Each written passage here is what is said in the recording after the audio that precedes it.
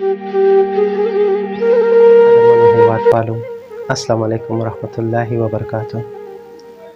زه ډاکټر صفی الله سیر د صحت خیریه بنسټ موسس غواړم چې د خپل فعالیتونو په اړه یو لنډ ویډیو له تاسو سره شریک کړم. له تاسو مو هیله ده دغه ویډیو تر پایه وګورئ چې زموږ د بنسټ کړي فعالیتونو باندې خبر شئ.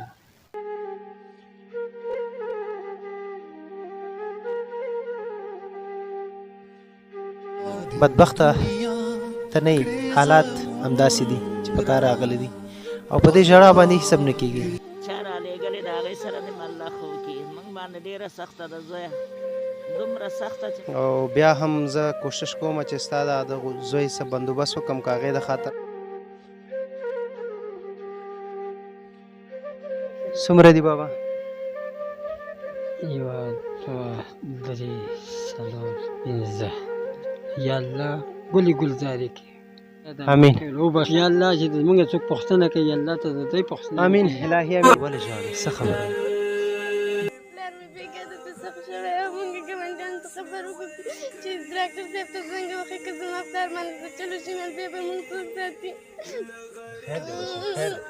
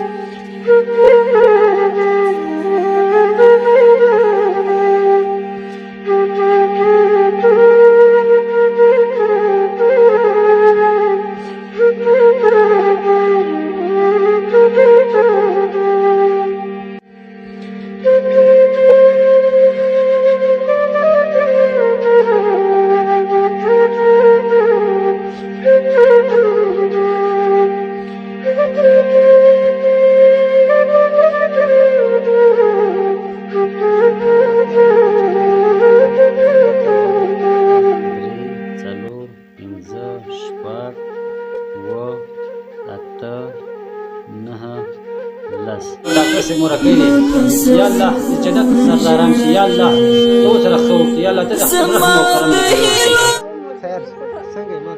ښه یې؟ خدای پاک خیر وکړي. خیر دې وي، خوب است؟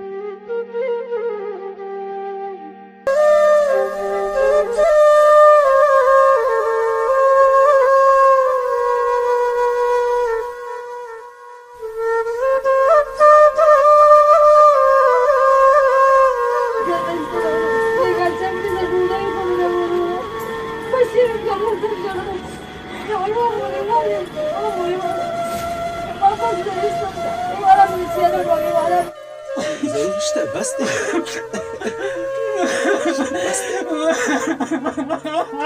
بس دی چپ شه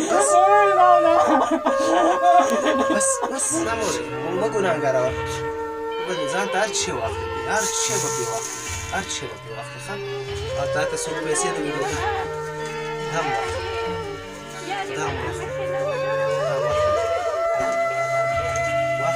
ما ته نه دي پکار ټول ستاسو دا ستاسو دوا پرې واخلئ ځان ته خوراکي شی نه خوشحاله کله الله هر څه په سلګونو نور فعالیتونه هم دي چې وخت نیسي زموږ او ستاسو، خو صرف یادوري دومره کوو چې زموږ دغه لار چې دا خاص د الله رضا د خاطره ده. کله چې موږ د دغه بېوزلو لاسنیوی کوو دا ستاسو په ملاتړ کېږي. هر راهیسې دا خپل فعالیتونه په مختلفو بخشونو په مختلفو اړخونو کې ترسره کوي. څنګه چې تاسو ګورئ په دغه ټولنه کې 10 ډاکټران نور هم فعالیت کوي خاص د الله رضا د خاطره. په دغه ټولنه کې د مرحوم حاجي صاحب عالم مرسته ده، د فضل محمد د کویټ څخه د هغې مرسته ده، نورو بااحساسو ځوانانو مرستې دي چې یادونه یې اړین بولم. الله تعالی تاسو ټولو ته اجر درکړي. ستاسو کامل مرستې به په هغه مستحقو کسانو باندې سپارل کېږي لکه څنګه چې تاسو دا چې په ټولنه کې په دغه هیواد کې ډېر غربت ځپلي، جنګ ځپلي دي، ناچاره دي، بېوزله دي، یتیم دي.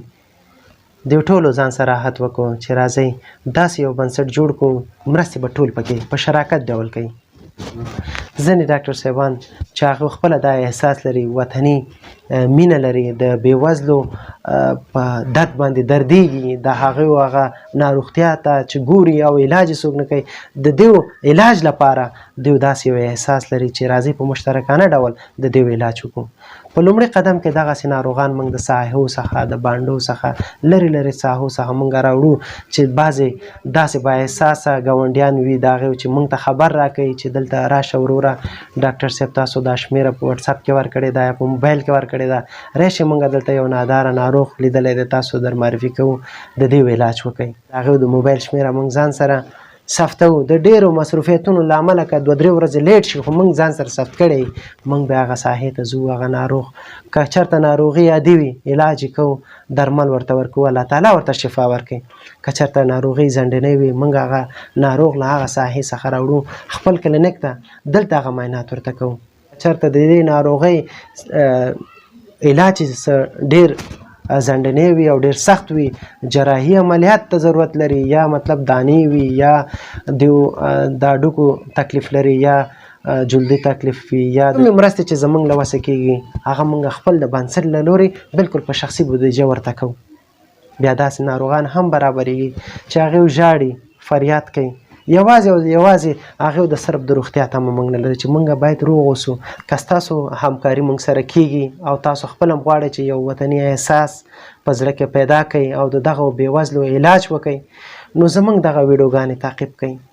په دغه ویډیوګانو کې د هغې علاج تعقیب کړئ چې په کومه ډول موږ د هغې علاج کوو. اخرنی پیغام مې همدا دی تاسو ټولو ته چې موږ سپانسر نه لرو، مالي ملاتړ نه لرو، زموږ په نشت امکاناتو باندې دا څومره بېوزله هېوادوال چې په دې انځورونو کې تاسو ګورئ دوی د خاطر موږ فری کیمپ چې کله لګوو دواګانې موږ سره ډېر کمیږي.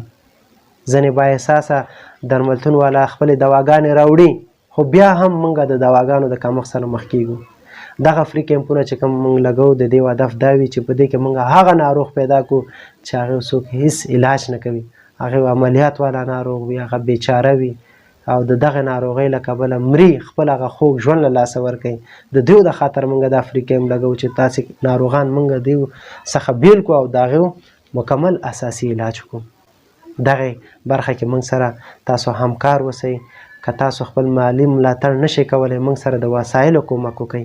که تاسو د وسایلو ملاتړ نشئ کولی موږ سره د درملو کومک وکئ. که تاسو د درملو همکاري نشئ کولی زموږ ویډیو لایک کولی شئ، شیر کولی شئ، کامنټ خو کولی شئ. په ټوله ورځ چې موږ او تاسو فیسبوک دې د خاطره چالانو چې موږ پکې ویډیو وګورو، د خلکو خبرونه وګورو، فلمونه پکې وګورو، ګیمونه پکې وکړو، راځئ خپله دغه یو MB په دغه نیکه لاره باندې مصرف کړو، یو نیک پیغام تر نورو ورسو، دغه د یو غریب د یو لاچاره کورنۍ غږ تر نورو ورسو. که تاسو ته به اجر نه میلاویږي؟ واقعا به میلاویږي او الله تعالی ضرور به تاسو ته اجر درکوي، ځکه چې په دغه غږ کې تاسو ځان شریک کړی دی، د یو غریب غږ مو تر نورو رسولی دی. زما له خاطر یې مه کوئ، زما د شخصیت له خاطر یې مه کوئ، زما د بنسټ له خاطر یې مه کوئ، اما د یو غریب د خاطره وکئ. چې تاسو دغه ویډیوګانې شیر کوئ، په خارج کې زموږ او ستاسو بااحساسه ورونه ژوند کوي، کیدای شي ستاسو دغه لایک یو بااحساسه ورور ته ورسیږي او د یو غریب ژوند وژغوري، د هغې علاج وکړي، د یو غریب ژوند وژغوري، د هغې د خاطره یو سرپناه جوړه شي، د یو غریب ژوند به وژغوري، د هغې د خاطره به خوراکي توکو مرسته وکړي. دا به د چا د خوا نه کېږي؟ ستا د خوا نه به کېږي، چې تر څو هغې هم دې ته تشویقوي چې راځئ د دغې د غریب له خاطره دغه خبر تر نورو ورسوو چې تر څو د دې لاسنیوی وشي. قدرمنو هېوادوالو تاسو نه ډېره مننه چې دغه ویډیو مو تر پایه وکتله. الله تعالی مو سوکاله او آباد لره. خوشحاله اوسئ د یو موټی او سوکاله افغانستان په هیله. د خدای په امان.